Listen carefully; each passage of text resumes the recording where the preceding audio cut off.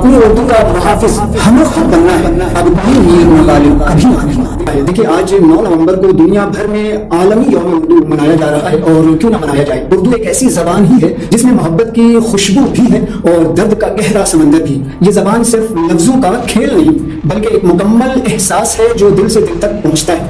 آپ اردو بولتے ہیں یا سنتے ہیں تو ایسا لگتا ہے جیسے کوئی آپ کی دل کی گہرائیوں تک پہنچ رہا ہو۔ 9 نومبر کو عالمی یوم اردو منائے جانے کا مقصد اردو زبان کے فروغ، ادب کی ترویج اور اس پیاری دلکش زبان کی اہمیت و افادیت کو اجاگر کرنا اور اس زبان کو اپنے آنے والی نسلوں اور ملک و سماج کے لیے قابل رسائی بنانا ہے، تاکہ نہ صرف اردو بولنے والے بلکہ غیر اردوداں طبقے بھی اس زبان کو سیکھ اور سمجھ سکیں۔ یہ دن اردو کے عظیم شاعر و مفکر ڈاکٹر علامہ اقبال کا یوم پیدائش بھی ہے۔ شاعر مشرق علامہ اقبال نے اردو کو نہ صرف زندہ رکھا بلکہ اسے دنیا بھر میں ایک نئی پہچان دی ہے۔ اسی طرح سے 11 نومبر کو امام الہند ابوالکلام آزاد کا بھی یوم پیدائش ہے، جو ہمارے پیارے ملک ہندوستان کے پہلے وزیر تعلیم رہ کر اپنی پوری زندگی قوم و سماج کی فلاح و بہبود اور قوم میں شعور و آگہی، تعلیم کے فروغ اور فرقہ وارانہ ہم آہنگی اور بقائے باہمی کے لیے وقت کر دی تھی۔ آج آپ دیکھیں ہندوستان کے سائنسداں چاند اور خلا تک جو رسائی حاصل کر رہے ہیں، یہ انہی کی حکمت عملی اور منصوبہ بندی کا نتیجہ ہے۔ مولانا ابوالکلام آزاد نے اردو کی ترقی و ترویج کے لیے جو جدوجہد کی ہے وہ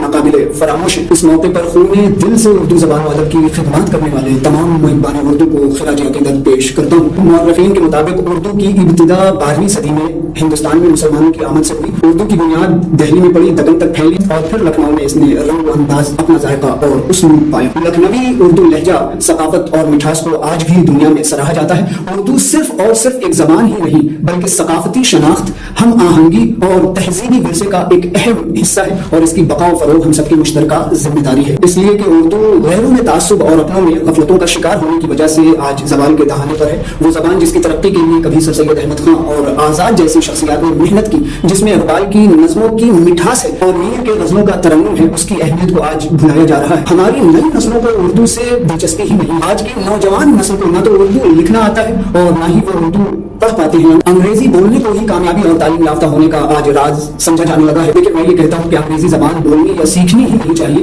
ضرور سیکھیے اور بولیے، کیونکہ انگریزی بین الاقوامی رابطے کی زبان ہے، مگر اس کے ساتھ ساتھ میرے عزیزو اردو کو بھی اپنی زندگی میں جگہ دیجیے، کیونکہ اردو ہندوستان کی خوبصورت مشترکہ تہذیبی وراثت ہے جسے ہمارے آباء و اجداد نے ہمیں سجا سنوار کر ورثے میں دیا ہے۔ ہماری ذمہ داری یہ ہے کہ ہم اس امانت کو پوری ایمانداری کے ساتھ اپنی اگلی نسلوں میں منتقل کریں۔ ہمیں اردو سے سچی اور عملی محبت کرنے کی ضرورت ہے۔ آج اردو کے زوال و انحطاط کا سبب خود ہم نے اپنی مادری زبان اردو سے منہ موڑ لیا ہے، جس کی وجہ سے ہماری مادری زبان زوال پذیری کا شکار ہے۔ اور دیکھیے یہ بات ہمیں یاد رکھنے کی ضرورت ہے کہ کسی بھی قوم کی ترقی اس کی زبان سے ہوتی ہے۔ اس لیے میرے عزیزو اپنی اردو کا محافظ ہمیں خود بننا ہے، اب کوئی میر نہ غالب کبھی آنے والا۔ سلامت رہیں، شاد و آباد رہیں، ہمیشہ خداوند عالم کے حفظ و امان میں رہیں۔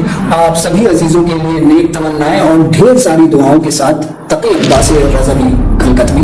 السلام علیکم ورحمۃ اللہ وبرکاتہ۔